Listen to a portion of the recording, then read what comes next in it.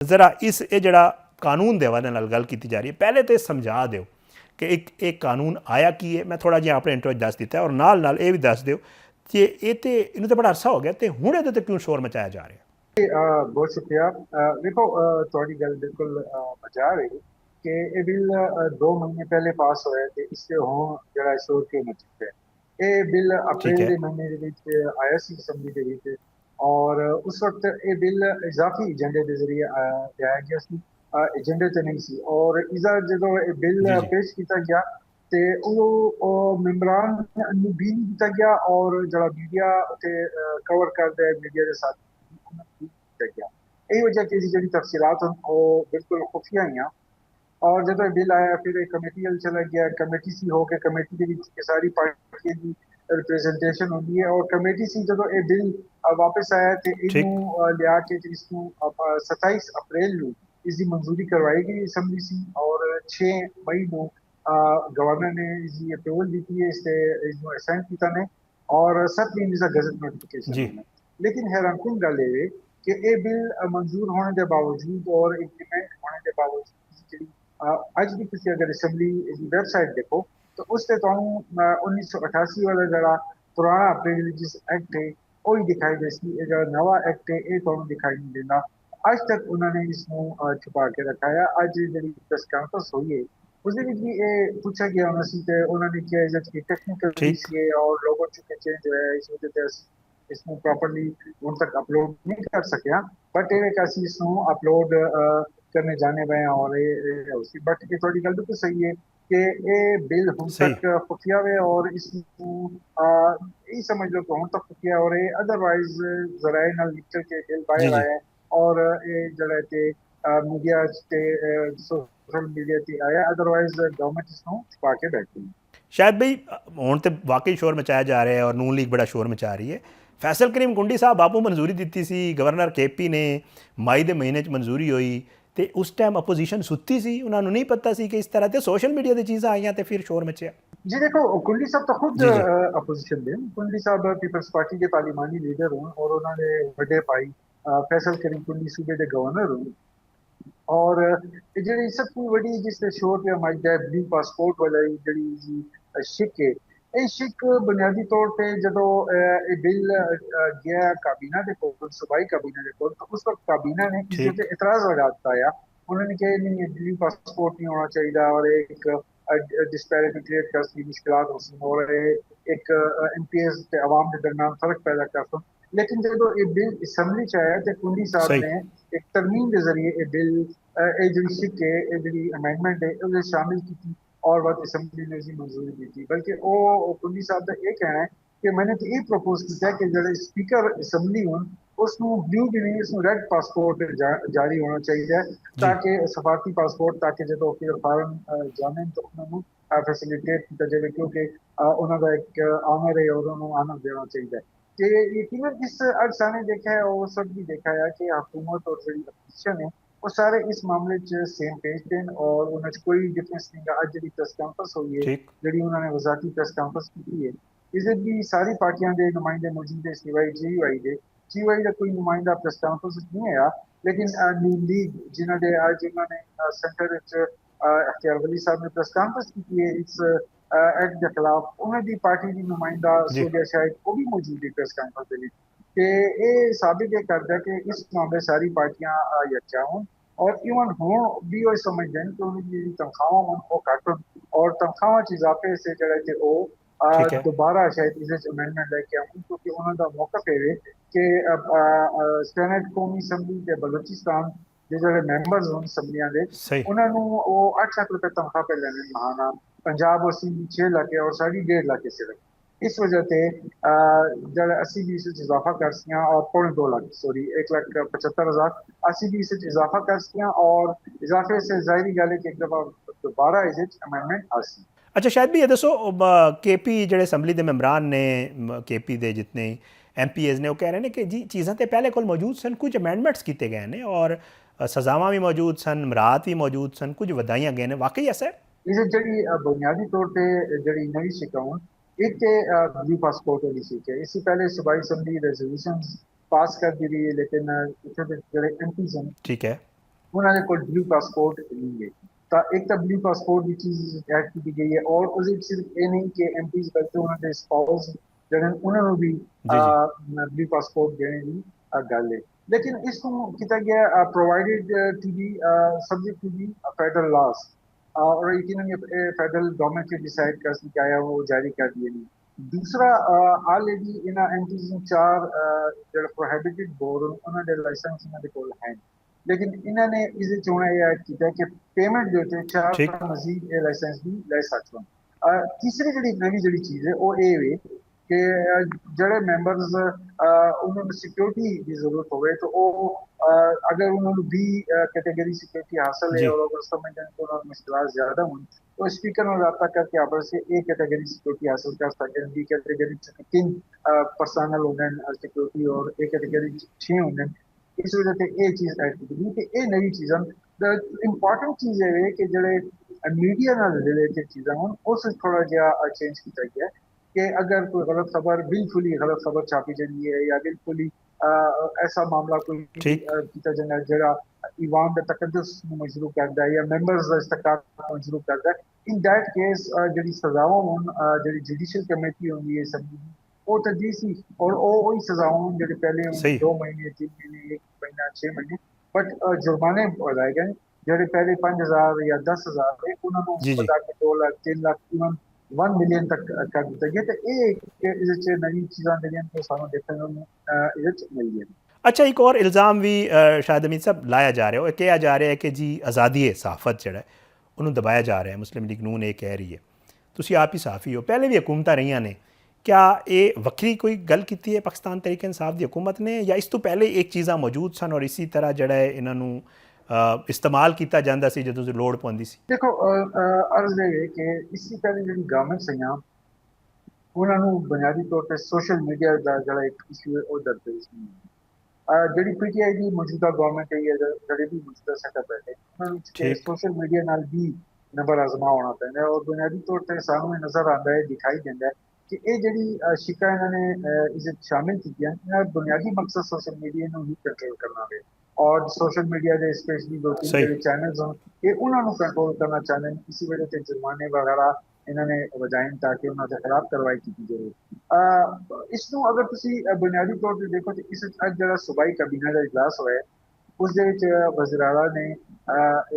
Speaker साहब ने किया जी कि तमाम पार्लिमानी लीडर्स और जो जर्नलिस्ट कम्यूनिटी है उन्होंने नुमाइंदे मिल बैठो और मिल बैठ के एक कंसेंसस बनाओ ताकि एक जरा तासुर पैदा होया या एक जरा एक गल महसूस की जाती है कि शायद सहाफत दबाने से या साफियों दबाने से उस तासुर ठीक खत्म किया जाए। और आज जी प्रेस कॉन्फ्रेंस हुई है वज़ीर ने की शफी जान ने उसने भी किया कि यस वी आर एग्रीड और असी इस बैठ हैं असी साफियों भी बैठ हैं और जड़े जुर्माने वधाए गए हैं जड़े मामला मशावरत कर सी और मशावरत से बाद जिससे कंसेंसस होया जी असी उसके मुताबिक मामला चर्चे। लेकिन ये यकीनन एक लंबा प्रोसेस होता है क्योंकि एक दफा फिर सारा जड़ा प्रिविलेजेस एक्ट है इन्हों अमेंड करना पैसे शेड्यूल जो है शेड्यूल के चेंजेस करने पैसे ठीक है उन्होंने सजावां तजवीज़ की तो मेंशन की उन्होंने अमेंड करना पैसी और सजावां दोबारा उस मेंशन करनी पैसी। शायद भाई ये दसो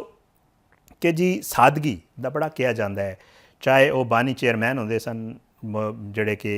अपने गल्लां करते सन कि बड़ी सादगी असी अख्तियार की हुई और नाल जितने भी जहरी गल उन्होंने फॉलोअर ने जितने MPs ने MNAs ने सादगी का बड़ा जिक्र करते हैं। अपने लिए मुराद लेना ब्लू पासपोर्ट लेना सारे मामलात अपने हाथ च रखना नाल है कि जी कोई गिरफ्तार भी ना कर सके गिरफ्तार करने तो पहले स्पीकर तो पूछे इन्होंने चीज़ों वेखो तो लगते आ रहे हैं कि इस्तना ले रहे हैं। हालांकि वो जितने भी मुस्लिम लीग नून या पीपल्स पार्टी के आला उहदे ते लोग ने उन्होंने हवाले कहते हैं कि जी इस्तना वास्ते कानून बने तो इतने भी तो इस्तना ही ले रहे हैं ना एक कानून ही नहीं तो अपने इस्तना वास्ते बना रहे हैं सारा। जी देखो थोड़ी गल बिल्कुल बचाव है और सानू नजर आता है कि जी भी गवर्नमेंट होंगी जो भी मामला होता है जो भी इशू होता है वो इसी तरह चल रहा है और इसी तरह मामला देखा जाता है। और इस एक अहम गल ये कि कोई भी जी पार्टी है जो आंदी है उस इकतदार उसके बाद उन्होंने मामला देखती है। मैं याद है एक ਇਸਲਾਮਾਬਾਦ ਦੇ ਵਿੱਚ ਇੱਕ ਵਰਕਸ਼ਾਪ ਆਈ ਔਰ ਉਹਦੇ ਤੇ ਸੈਨੇਟ ਦੇ ਕੋਈ ਰਿਟਾਇਰਡ ਸੈਕਟਰੀ, ਤਾਂ ਮੈंने ਉਹਨਾਂ ਨੂੰ ਇਹ ਤਜਵੀਜ਼ ਕੀਤੀ ਕਿ ਜਿਹੜੀ ਪ੍ਰਿਵਿਲੇਜ ਕਮੇਟੀ ਹੁੰਦੀ ਹੈ, ਜਿਹੜੀ ਇਸਤਕਾਤ ਦੇ ਹਵਾਲੇ ਨਾਲ ਹੁੰਦੀ ਹੈ, ਉਸ ਕਮੇਟੀ ਦੇ ਵਿੱਚ ਤੁਸੀਂ ਹਾਈ ਕੋਰਟ ਜਾਂ ਸੁਪਰੀਮ ਕੋਰਟ ਦੇ ਰਿਟਾਇਰਡ ਠੀਕ ਜੱਜ ਰੱਖੋ, ਔਰ ਜਿਹੜਾ ਵੀ ਜਿਸ ਤੇ ਵੀ ਇਲਜ਼ਾਮ ਲੱਗ ਜਾਏ ਪ੍रिविलेज ਦੇ ਖਿਲਾਫ ਆਂਦੀ ਉਸ ਨੂੰ ਹੈਲਪ ਕੀਤਾ ਜਾਵੇ ਕਿ ਉਹ ਆਪਣੇ ਲਈ ਵਕੀਲ ਲਿਆ ਸਕੇ ताकि वो आपको कानूनी तौर पर डिफेंड कर सके, क्योंकि उत्थे एमपीज बैठे होंगे, डिप्टी स्पीकर या जी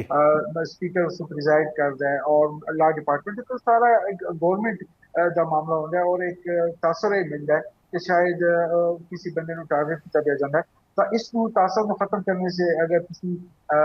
इस चेंजेस करो, तो उन्होंने कहा कि नहीं, ये तो किसी सकाकार जी ਜਿਹੜੀ ਪ੍ਰਿਵਿਲੇजेस ਸੈਨੇਟਰਸ ਦੇ ਐਮਐਨਏਸ ਦੇ ਐਮਪੀਜ਼ ਇਹ ਤਾਂ ਕਿਸੇ ਨੂੰ ਡੈਮੇਜ ਕਰਨ ਦੇ ਚੱਕਰਾਂ ਚੋਂ ਅਸੀਂ ਤੇ ਇਸ ਨੂੰ ਮਜ਼ੀਦ ਮਜ਼ਬੂਤ ਕਰਨਾ ਚਾਹੁੰਦੇ ਹਾਂ ਤੇ ठीक ਗਵਰਨਮੈਂਟ ਕੋਈ ਵੀ ਉਸੀ ਪਾਰਟੀ ਕੋਈ ਵੀ ਉਸੀ ਜਿਸ ਟਾਈਮ ਉਹ ਅਸੈਂਬਲੀ ਚ ਆ ਕੇ ਬੈਠ ਜਾਣ ਤੇ ਫਿਰ ਉਹਦੇ ਚ ਸਾਰੇ ਕਹਿੰਦੇ ਇਨਸਾਨ ਨੇ ਕਦੀ ਵੀ ਨਹੀਂ ਦੇਖਾ ਕਿ ਤਨਖਾਹਾਂ ਚ ਇਜ਼ਾਫੇ ਜਾਂ ਮਰਾਤਬ ਇਜ਼ਾਫੇ ਦੇ ਮਾਮਲੇ ਸ਼ਾਇਦ ਅਮੀਨ ਸਾਹਿਬ ਤੁਸੀਂ ਬੜੇ ਅਰਸੇ ਤੋਂ ਰਿਪੋਰਟਿੰਗ ਕਰ ਰਹੇ ਹੋ, ਅਸੈਂਬਲੀ ਵੀ ਜਾਂਦੇ ਹੋ ਔਰ ਇੱਕ ਅਰਸਾ ਗੁਜ਼ਰਿਆ ਤੁਹਾਨੂੰ ਇਸ ਸਾਰੇ ਮਾਮਲਾਤ ਨੂੰ ਵੇਖਦੇ, ਕਿਆ ਜਿਹੜੀ ਪਾਰਲੀਮਾਨੀ ਰਿਪੋਰਟਿੰਗ ਹੈ ਇਸ ਬਿੱਲ ਦੇ ਨਾਲ ਉਹਦੇ 'ਤੇ ਕਿੰਨਾ ਇੱਕ ਅਸਰ ਪਵੇਗਾ ਔਰ ਵਾਕਈ ਕਿਆ ਇਹ ਇਤਨਾ ਇੱਕ ਖੌਫਨਾਕ ਬਿੱਲ ਹੈ ਕਿ ਇਹ ਮੁਸ਼ਕਿਲ ਬਣਾ ਦੇਗਾ ਜਿਹੜੀ ਤੁਹਾਡੀ ਪਾਰਲੀਮਾਨੀ ਰਿਪੋਰਟਿੰਗ ਹੈ ਉਹਨੂੰ? देखो एक चीज मैं ये देखना कि सही ठीक है कि बहुत सारी चीज़ां पहले सी यकीनन जो स्पीकर किसी चीज़ में या प्रिजाइडिंग ऑफिसर किसी चीज़ में जी स्पंज जी कर दे हजफ कर दे तो कार्रवाई सी तो ज़ाहिर रिपोर्ट नहीं होनी चाहिए, तो सीधी गल है, बट रिपोर्ट होते रहे फिर नाल ये देखो किसी के एडवांस उसके बड़ी चीज़ां जड़ियां एजेंडा च के आज एक दिन पहले तो वो चीज़ां छड़ दें इस पर कभी किसी ने कोई एक्शन नहीं लिखा। 1988 में एक्ट बढ़ाया वो तक कभी कोई एक्शन नहीं होया। अगरचे time to time privilege committee ठीक जर्नलिस्ट के हवाले नाल प्रिविलेज मोशंस आंदे रहे। मैं खुद एक दफा जियां सारे एक साथी के हवाले नाल या सामने जाके थे सिचुएशन एक्सप्लेन की और डिस्पोज ऑफ हुई, बट ये वे कि अगर कल नु एक्शन ले लिया गया सही फिर उसमें मेरा ख्याल है कि कुछ सोशल मीडिया नाल रिलेटेड या डिजिटल मीडिया जिसमें कि कुछ चैनल्स के हवाले नाल इन्हां दे कंसर्न्स हैं, कुछ चैनल्स के हवाले नाल चाहते हैं कि उन्हां ते एक थ्रेट उन्हां से बढ़ाया जाए कि ये बुनियादी तौर पर उन्हां से एक जी सिचुएशन दिखाई देंगी है, और इस चीज़ का इम्कान बढ़ सकता है कि कल नु अगर इन्होंने किसी चीज़ से इतराज़ हो या किसी चीज़ से नाराज़ हो तो उस पर एक्शन ले लो, मतलब एक इम्कान तो पैदा हो गया बात है। एक और गल भी की जा रही है शायद भी कि जो मुखालिफ सहाफ़ी ने ना उन्होंने रोकने वास्ते सारा कुछ किया जा रहा है और जड़ा है ताकि उन्होंने ज़रा थोड़ा सैट करके रखा जा सके, वाकई ऐसा है? जी देखो ये मैं तुहानू अर्ज की ना कि एक हैंगिंग सोर्ड लटकती तलवार जिसे चीज फिर लटक गई है, और गो के इसके भी इस्तेमाल नहीं हुआ, लेकिन अगर कभी इस्तेमाल हो जाए स्पीकर किसी पे पाबंदी जी लगा देना किसी जर्नलिस्ट पे मेंशन है कि स्पीकर किसी सेशन से भी लगा सकते हैं, परमानेंटली भी लगा सकते हैं, ये भी है कि किसी जर्नलिस्ट को परमानेंटली बैन कर सकते हैं। फिर है कि जुर्माने न अगर सजा हो अगर वो जुडिशियल कमेटी में रेफर कर देना है और उससे अगर सजा किसी भी प्रपोज हो जाए है जुर्माना हो जाए तो एक बुनियादी तौर पर ठीक जड़े वो चैनल्स या वो डिजिटल मीडिया जड़ा इन्होंने खिलाफ है या जड़ा इन्हें खिलाफ व्लॉग्स पे होने या जड़े इन्हें खिलाफ जिन चीज़ां पे चल ये बुनियादी तौर पर उसनू रोकने से या उसनू एक काउंटर करने से सानू दिखाई देना कि ये चीज़ लियाई गई है, और सिर्फ उन्होंने जी एक थ्रेड की सुविधा वैसी, बट जाहिर है कि जब ये चीज़ मौजूद है तो उसका किसी भी वक्त इस्तेमाल भी किया जा सकता है। ये सानू एक कंसर्न है जिसका इजहार आज जर्नलिस्ट कम्युनिटी ने प्रेस कॉन्फ्रेंस की है कि सानू ये ठीक है थ्रेट सानू ये इम्कान दिखाई देता है कि अगर कल इसका इस्तेमाल हो गया था फिर के बढ़ सी तो उन्होंने क्या कि जी हूँ तक नहीं हुआ तो आइंदा क्यों सी, बट यकीनन एक सही हाथों से वेपन जरूर आ गया, और इस वेपन का इस्तेमाल जब हाथों से हथियार हो तो इस्तेमाल करने में भी दिल कर दे, तो अगर कल उन्होंने दिल किया या कल उन्होंने पार्टी लीडरशिप की तरफ किया गया कि ਤੁਸੀਂ ਫਲਾਣ ਬੰਦੇ ਦਾ ਖਿਲਾਫ ਕਾਰਵਾਈ ਕਰੋ ਤਾਂ ਜ਼ਾਹਿਰ ਹੈ ਕਿ ਬਾਤ ਇਹ ਮਾਮਲਾ ਸਾਰੇ ਸਾਨੂੰ ਹੁੰਦੇ ਵੀ ਦਿਖਾਈ ਦੇ ਸਕਦੇ। ਸ਼ਾਇਦ ਦੇ ਆਖਿਰ ਦੱਸੋ ਪੀਟੀਆਈ ਅਕਸਰ ਯੂ ਟਰਨ ਲੈ ਲੈਂਦੀ ਹੈ, ਪ੍ਰੈਸ਼ਰ ਹੋਵੇ ਕੋਈ ਹੋਰ ਮਾਮਲਾ ਹੋਵੇ ਕੋਈ ਇਸ ਤਰ੍ਹਾਂ ਦੀ ਤਨਕੀਦ ਸਾਹਮਣੇ ਆ ਜਾਵੇ, ਸਾਨੂੰ ਵੇਖਣ ਨੂੰ ਮਿਲਦਾ ਹੈ ਕਿ ਅਕਸਰ ਬੇਸ਼ਤਰ ਜਿਹੜਾ ਪੀਟੀਆਈ ਉਹ ਆਪਣੇ ਫੈਸਲਿਆਂ ਨੂੰ ਵਾਪਸ ਵੀ ਲੈਂਦੀ ਹੈ ਔਰ ਫਿਰ ਉਹਨੂੰ ਡਿਫੈਂਡ ਵੀ ਕਰਦੇ ਨੇ। ਇਹ ਜਿਹੜਾ ਮਾਮਲਾ ਇਹਦੇ ਉੱਤੇ ਕੀ ਲੱਗ ਰਿਹਾ ਹੈ? ਇੱਕ ਤੇ ਪ੍ਰੈਸ਼ਰ ਆ ਰਿਹਾ ਹੈ, ਅਪੋਜੀਸ਼ਨ ਵੀ ਤਨਕੀਦ ਕਰ ਰਹੀ ਹੈ, ਲੋਕ ਵੀ ਤਨਕੀਦ ਕਰ ਰਹੇ ਨੇ, ਸੋਸ਼ਲ ਮੀਡੀਆ 'ਤੇ ਬੜਾ ਇਸ ਗੱਲ ਨੂੰ ਜਿਹੜਾ ਹੈ ਉਹ